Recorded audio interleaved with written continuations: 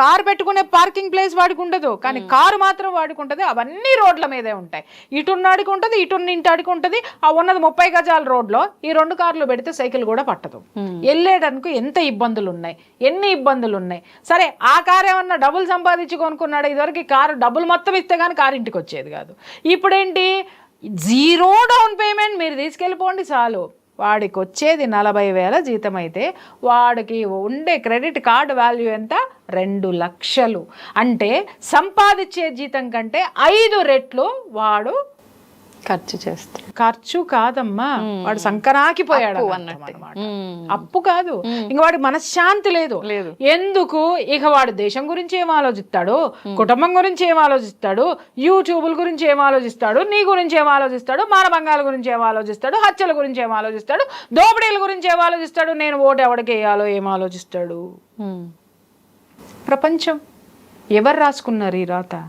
ప్రపంచం రాయలా, గ్లోబలైజేషన్ రాయలా, నీకు నువ్వు రాసుకున్నావు, నాకు నేను రాసుకున్నాను. ఎందుకంటే ఈజీ ఆన్ మనీ ఏముందా అనేది జనం వెతుకుతున్నారు. క్రెడిట్ కార్డులో ఒక 2 నెలలు ఎక్కడైనా ఉద్యోగం చేస్తే ఒక క్రెడిట్ కార్డు వచ్చేస్తుంది, అప్పు దొరికిపోయింది, ఏదైనా చేసేద్దాం మనం. ప్రతి ఒక్కళ్ళు అప్పులు అప్పులు అప్పులు అప్పుల మీద వాళ్ళ దేశం నిండిపోయింది తప్ప ఆదాయం ఉన్నటువంటి వాళ్ళు ఎవరు, వచ్చిన ఆదాయంలో సంతృప్తిగా బ్రతికే వాళ్ళు ఎవరు? నేను నిజంగా చెప్తున్నాను కదా, ఇవాళ చూస్తే నాకంటే చిన్న పిల్లలు, నాకంటే ఖరీదైనటువంటి కార్లు వాడుతున్నారు. నాకు అర్థం కాదు, ఎక్కడి నుంచి వస్తున్నాయి వీళ్ళకి కార్లు, అర్థం కాదు. ఏం చేస్తున్నారు వీళ్ళు? Easy on money. అంటే ప్రతి ఒక్కడు కూడా విలువలకి తిలోదకాలు ఇచ్చేశాడు. కుటుంబానికి ప్రాముఖ్యత లేదు, విలువ లేదు. అతి భయంకరంగా ఈరోజు నేను వాడికంటే ఎక్కువ బ్రతకాలి అనేటటువంటి ఒక స్థితికి వెళ్ళిపోయాడు.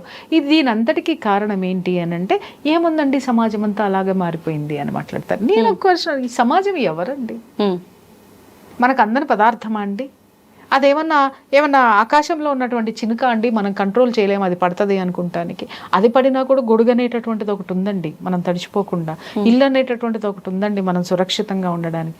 అలాగే ఎన్ని మనకు ఆకర్షణీయమైనటువంటివి వచ్చినా మన కంట్రోల్ మనకుంది. మన జీవితం మన చేతుల్లో ఉండాలి. ఇవాళ మన జీతం ఎవరి చేతుల్లోకి వెళ్ళిపోయింది? క్రెడిట్ కార్డు ఇచ్చేటటువంటి బ్యాంకుల చేతుల్లోకి వెళ్ళిపోయింది, ఈఎంఐల చేతుల్లోకి వెళ్ళిపోయింది, కారు కొన్నవాడి షోరూమ్ వాడి చేతుల్లోకి వెళ్ళిపోయింది.